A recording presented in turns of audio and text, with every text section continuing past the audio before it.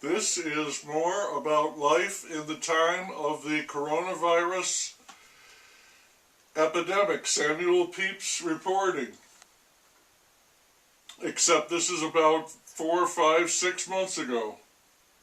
The killing of a young black man by a police officer took place outside Minneapolis, where the Chauvin trial is concluding.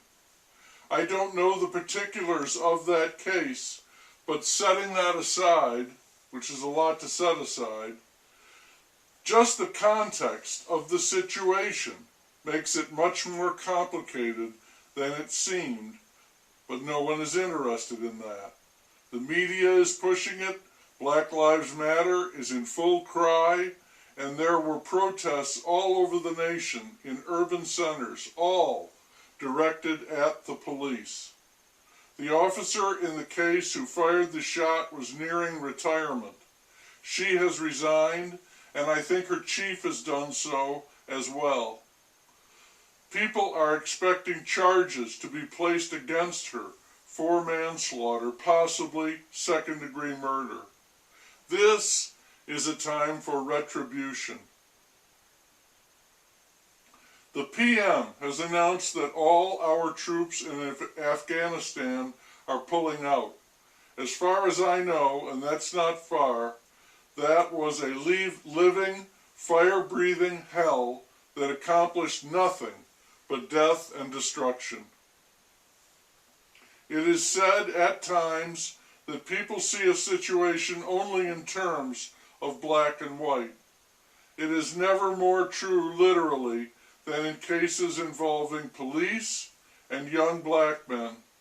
It's gotten to the point, past that really, where no good can come of it, only danger and death. That would seem to indicate that it has become a war. And we can't pull the troops out of this one. Unless we defend or abolish the police, reimagine social justice. That's defund, unless we defund or abolish the police, reimagine social justice. Baseball is proceeding. The schools are all in session with in-person instruction. Vaccines are in the hundreds of millions. Businesses are operating, and it really feels like the epidemic is over. Then you see everyone out wearing a mask, and the daily numbers for the state are in the thousands for all the states in this area. So what exactly is going on? What do the numbers mean?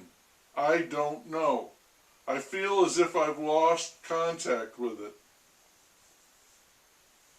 Back when the campaign was on, the dummy craps kept saying that they wanted to add states like D.C. and Puerto Rico to the Union. Now they are proposing a bill that would add 4 justices to the Supreme Court, making 13. What a wonderful fix that would be. Just what we need to make this a more perfect democracy. Historically, of course, this is called court packing. FDR wanted to do it when the Supremes were blocking portions of his New Deal, calling this or that program unconstitutional. He had a lot of power, but he was unable to get this done. It's the old political ploy. If we aren't winning, let's change the rules. We should rejoice and reinforce the fact that life is not fair. People are better at some things. Some people are better at some things than others. This should be celebrated. In sports, for the most part, it is. The dummy craps oppose this in the name of fairness. In a fair world, they say, everyone wins. Economically, their fair world is socialism. In that world, nobody wins. I'm waiting for the Socialist Football League, the SFL. Can't wait till they get that going. When a team scores in the SFL, the opponents are automatically awarded an equal number of points. All games end in a tie. Nobody wins, nobody loses. Eventually, nobody bothers to score.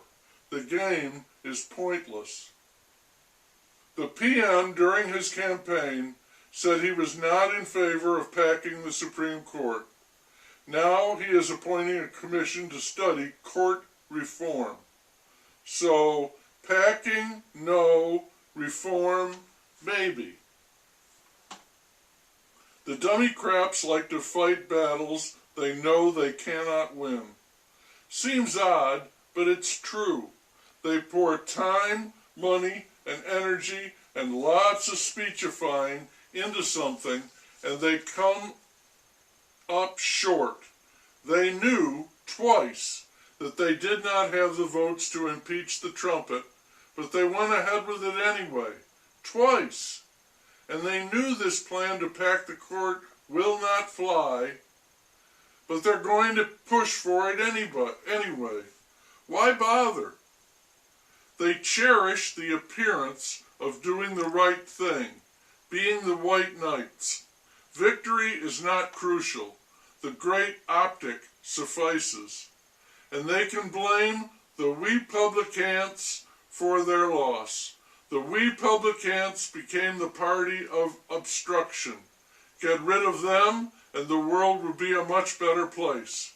Geez, get rid of them and defund the police. The defense has rested in the Derek Chauvin trial. All that remains are the final arguments and the verdict. I expected a spirited defense. It might not be enough, but it would be spirited. That did not happen. The defense was purely perfunctory. The prosecution was blazing howitzers. The defense was a leaky squirt gun. And there was always that videotape. Chauvin spoke only to say that he was taking the Fifth Amendment and he would not testify in his own defense. The weakest possible ploy, a virtual admission of guilt. I do not expect a long deliberation. Justice here will be speedily served.